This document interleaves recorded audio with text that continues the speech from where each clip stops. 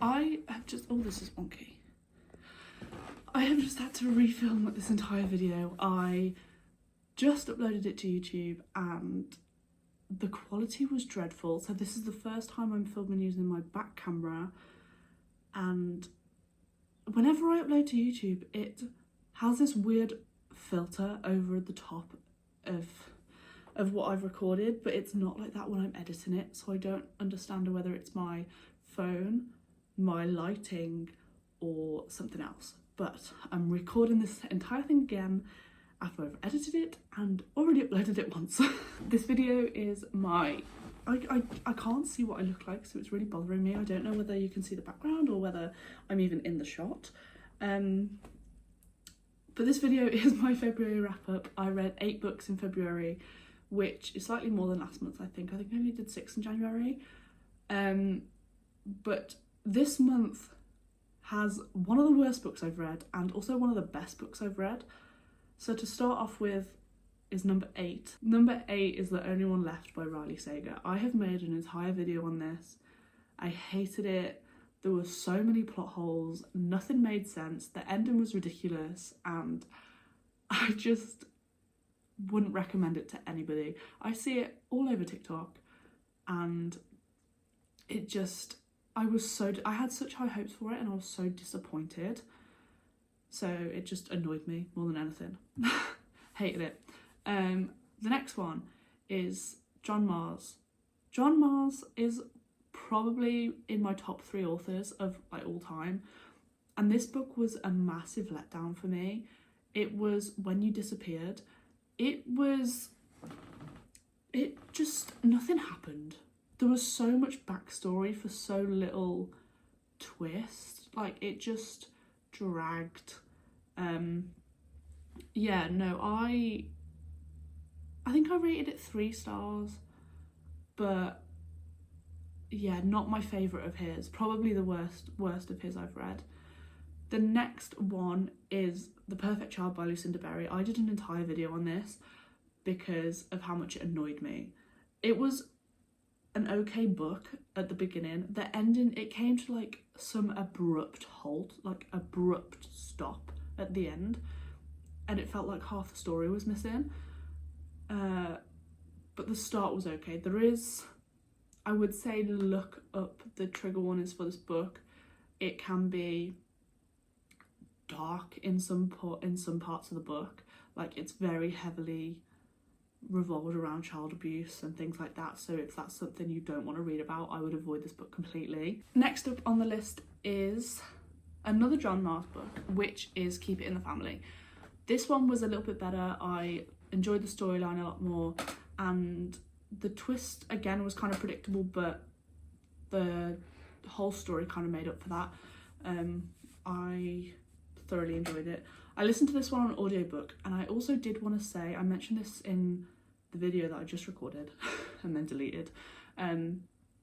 What is your opinion on audiobooks? Because I see so many people saying how they don't count it toward their reading goal because technically it's not reading, which I agree with, but I count my audiobooks towards my reading goal, and I just wanted to know other people's opinions on it, because I know it's not reading, but you're still experiencing the story.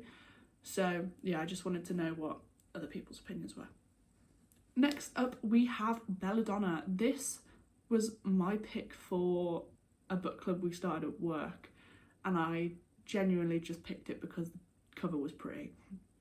But I thoroughly enjoyed it. This was another 3 stars. This was the last of the 3-star books this month. I loved the twist with death. I won't say any more than that because I don't want to spoil it. I thought that was great, and I did not see that coming at all. I just thought the ending was, it seemed rushed, and I didn't like who the murderer was, so that kind of annoyed me. But it was a good read. It was just kind of like an average read for me. There was nothing too special about it. Next up, we have the first 4-star read, and that is Pretty Girls by Karen Slaughter. I saw this book on TikTok. I always see it when it comes up being like top 5 thriller books to read, like the best thriller books I've ever read, this always pops up, so I wanted to read it. It was amazing. The only reason it didn't get 5 stars was because it, for the first few chapters, it kind of just, I didn't really see where it was going, and it kind of didn't really get my attention straight away. But after, like, when everything started to make a bit more sense, it all kind of clicked for me, and I was like, oh my god. But I genuinely enjoyed this book after the first, like, quarter. Again, I always see people saying to look up the trigger warnings for this book. I would agree, but it's not as bad as people make it out to be. I think The Perfect Child is a lot worse in terms of, I don't know how to put it, in terms of graphic. No, not really, actually, ignore that. In terms of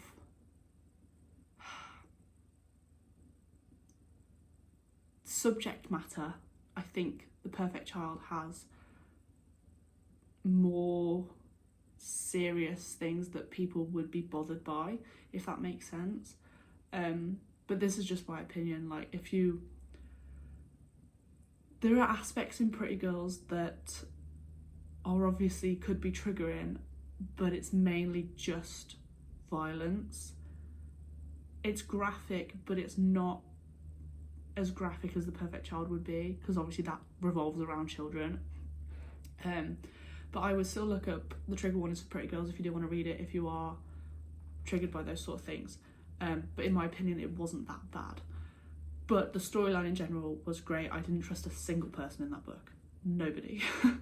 I thought everybody was involved, and then I thought nobody was involved. Like, it was just backwards and forwards, and I didn't know what was going on, but it was great. The next book is also a 4-star book, and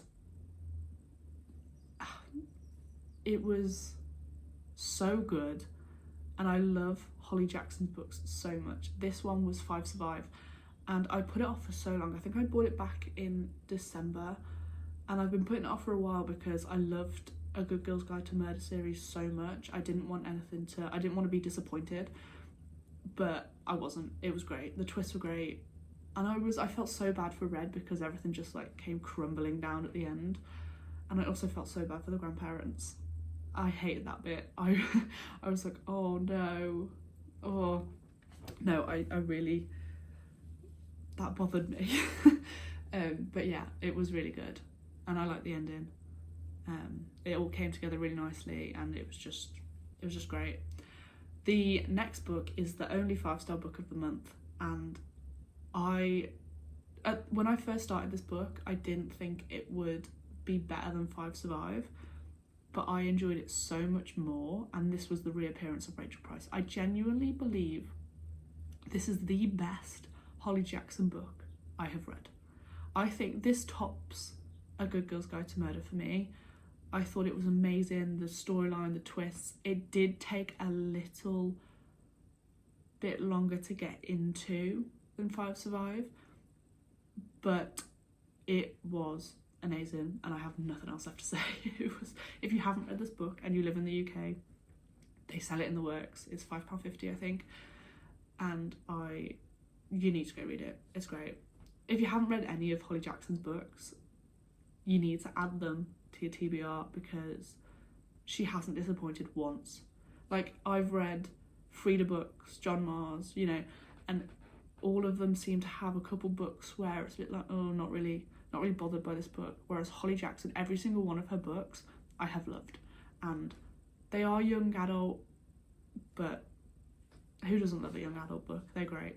But that is all for this video. Sorry, it's been kind of a short one. I've kind of sped through it, but yeah, I have a cold. I'm sorry I sound like this, and if if the video looks weird, I'm sorry. I don't know. I genuinely don't know what's happening with the. It's annoying me because I have another YouTube channel where I used to do crochet content, and none of the videos have this problem.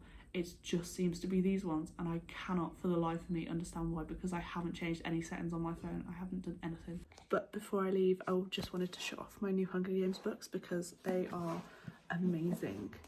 Look at these. I found them on Vinted for £35 for the whole set, and they're £70 in the shops. And I am doing an entire not reread because I've never read them before. I am reading the entire series before Sunrise on the Reaping comes out, and I have 8 days left to read 2.5 books.